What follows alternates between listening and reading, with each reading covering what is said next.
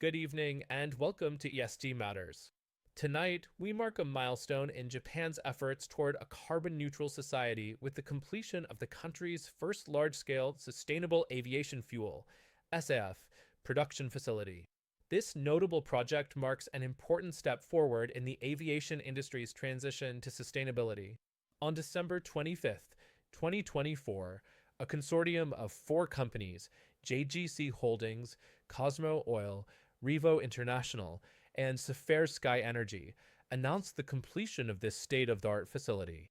Located in Sakai, Japan, the plant is set to produce approximately 30,000 kiloliters of SAF annually, using 100% waste cooking oil as its feedstock.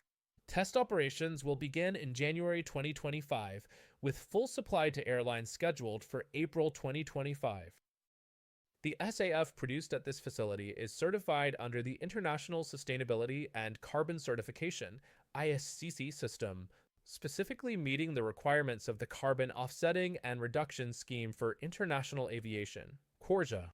This certification ensures that the SAF complies with rigorous global sustainability standards.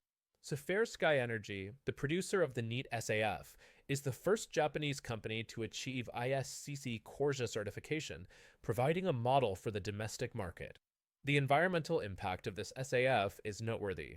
Compared to conventional jet fuels, it reduces CO2 emissions, making it a vital component of Japan's decarbonization strategy. The use of waste cooking oil not only minimizes resource consumption, but also demonstrates the feasibility of waste-based fuels in achieving sustainability goals. The success of this project is rooted in a collaborative supply chain.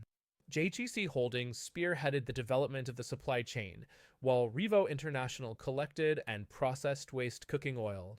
Cosmo Oil managed blending, storage, and distribution, and Safair Sky Energy oversaw the production of the SAF.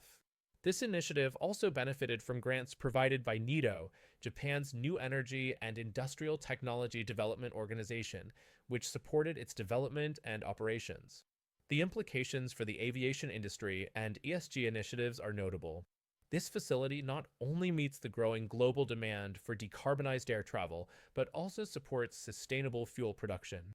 With certifications like ISCC EU and ISCC Plus, the SAF produced here also enables the use of bio-naphtha and other sustainable materials, broadening its potential applications.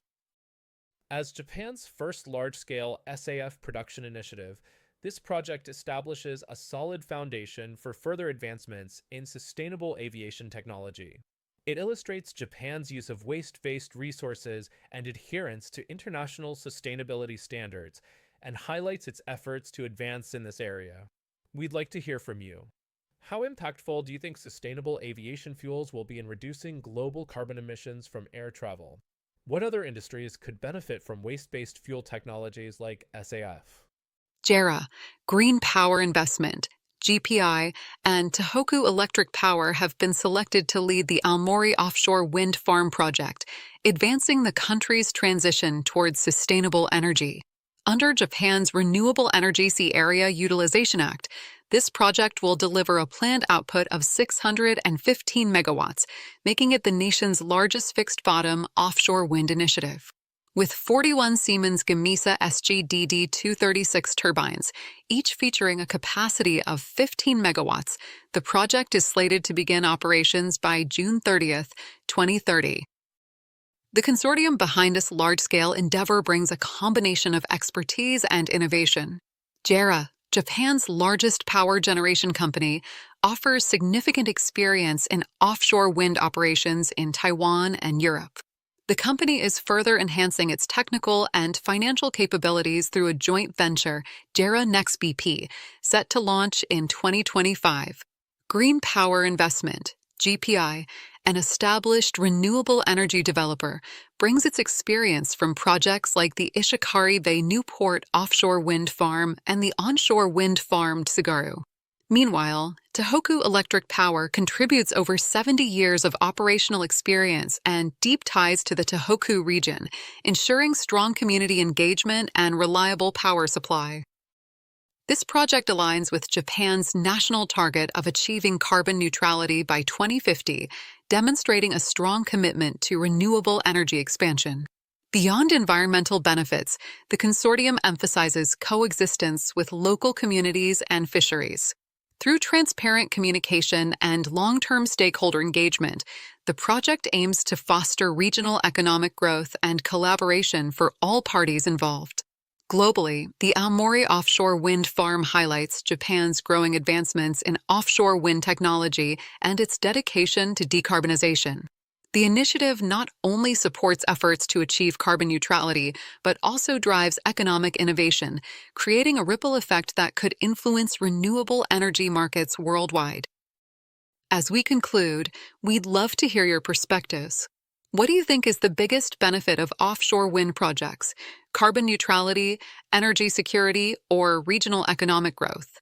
What challenges do you see in balancing renewable energy expansion with community and environmental considerations?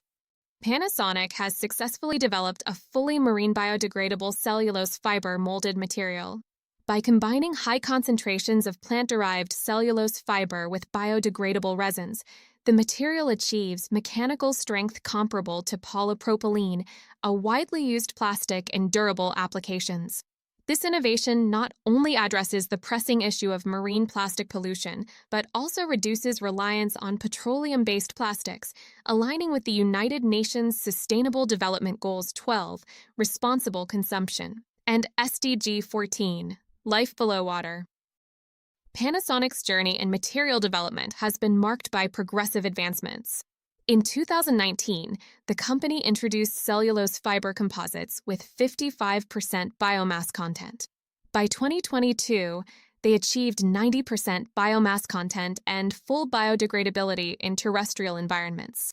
As of 2024, Panasonic has reached 100% biomass content with marine biodegradability, meeting the rigorous Marine-Biodegradable biomass plastic certification.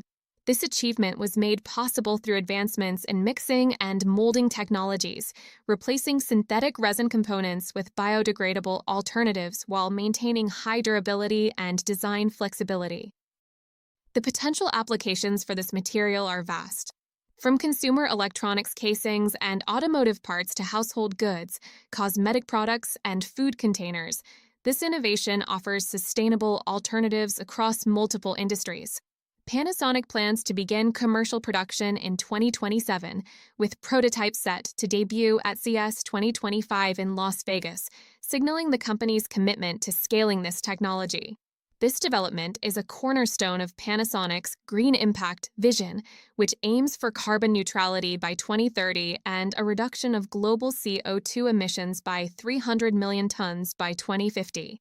The marine biodegradable cellulose fiber material represents an important step toward these goals, providing an example for reducing marine pollution and advancing the transition to a circular economy.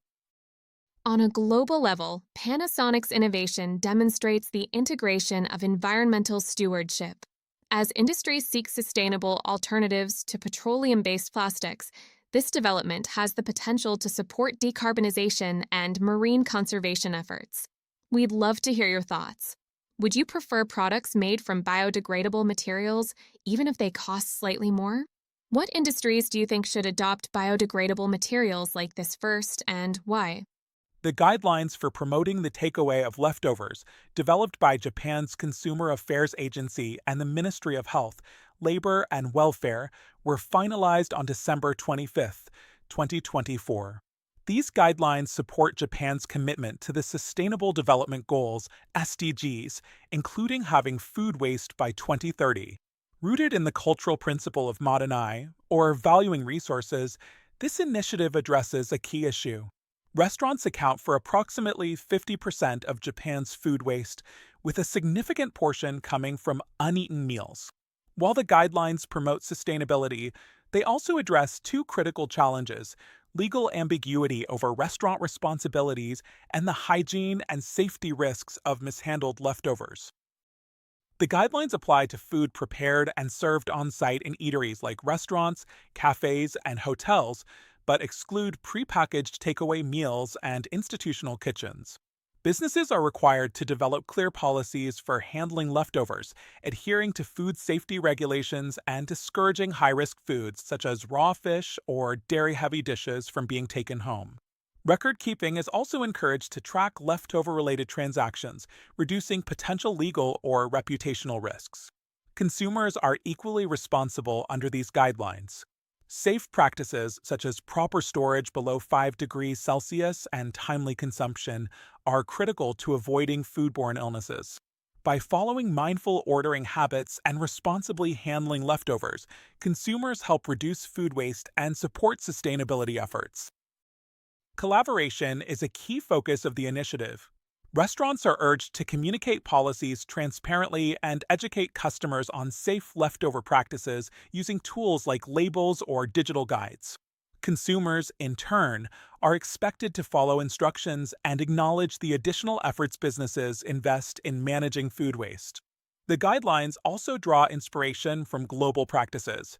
In the UK, food safety during storage is emphasized, while Australia's doggy bag guidelines encourage restaurants to allow leftovers with clear instructions to minimize risks. Beyond sustainability, the guidelines aim to deliver economic and cultural benefits.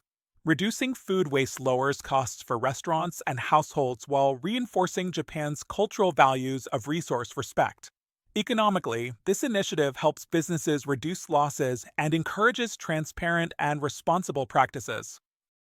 On a global scale, Japan's approach demonstrates a balance of sustainability, safety, and cultural preservation.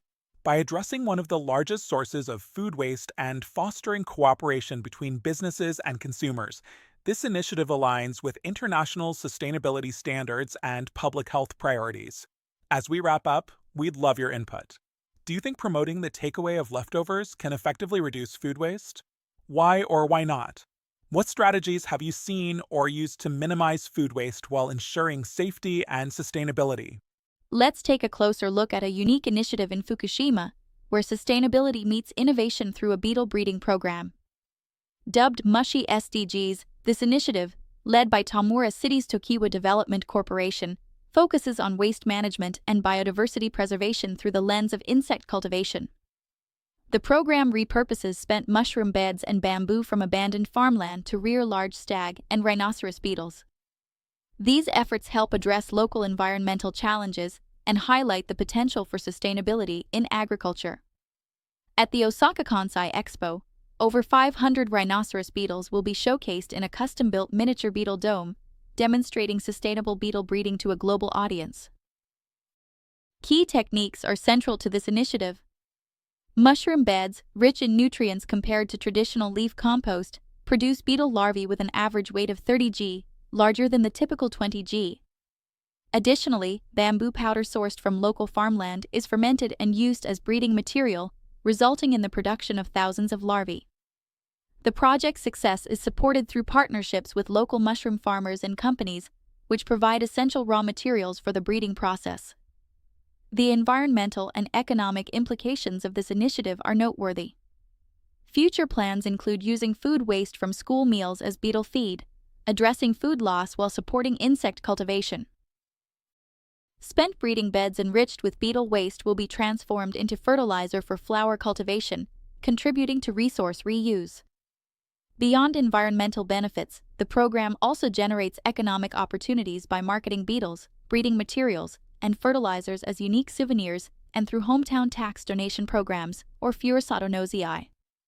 On a broader scale, the Mushy SDGs initiative shows that repurposing agricultural and food waste can support biodiversity and promote environmental conservation. By involving local resources and showcasing their efforts on a global stage, Fukushima's community-driven approach illustrates a practical application of sustainability principles. This approach combines environmental conservation and community development to address waste management and biodiversity issues. It illustrates how local solutions can address global challenges. As we wrap up, we'd love to hear your thoughts. Would you support using food waste to rear insects for environmental and economic benefits? What innovative ways can your community repurpose agricultural or food waste for sustainability? Thank you for joining us on ESG Matters. Stay tuned for more stories showcasing innovative solutions that are shaping a sustainable future.